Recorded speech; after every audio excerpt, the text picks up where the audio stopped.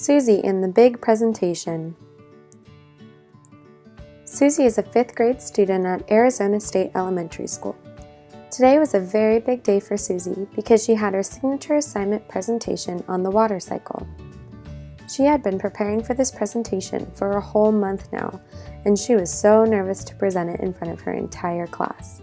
She had never spoken in front of that many people before. As Susie walked to school, she was going over the facts for her presentation in her head. She was so nervous, and she was getting confused trying to remember the difference of precipitation and evaporation. She could not remember which one was when the water fell from the sky. But then she got to the schoolyard and saw her friends. They reassured her that everything was going to be okay. The bell rang and their teacher came outside to line the kids up. As the kids were waiting to go inside the classroom, Susie felt her heart beating a million miles a minute. She had never given a presentation like this before.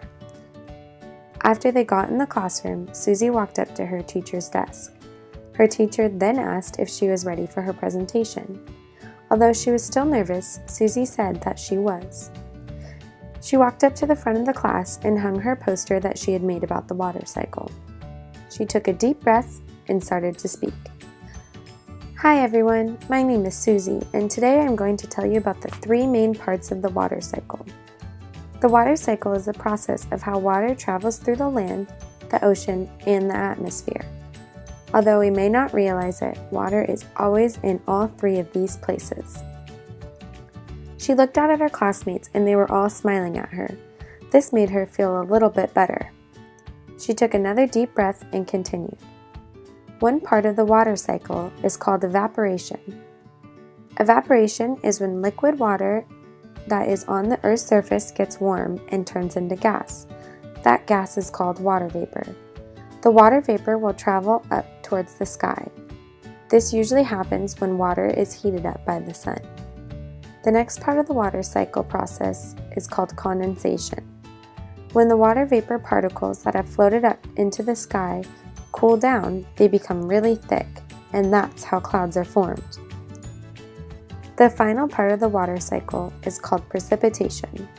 This happens when rain, hail, or snow that is released from the clouds fall to the ground. They will fall from the clouds because they are too heavy for the clouds to hold anymore.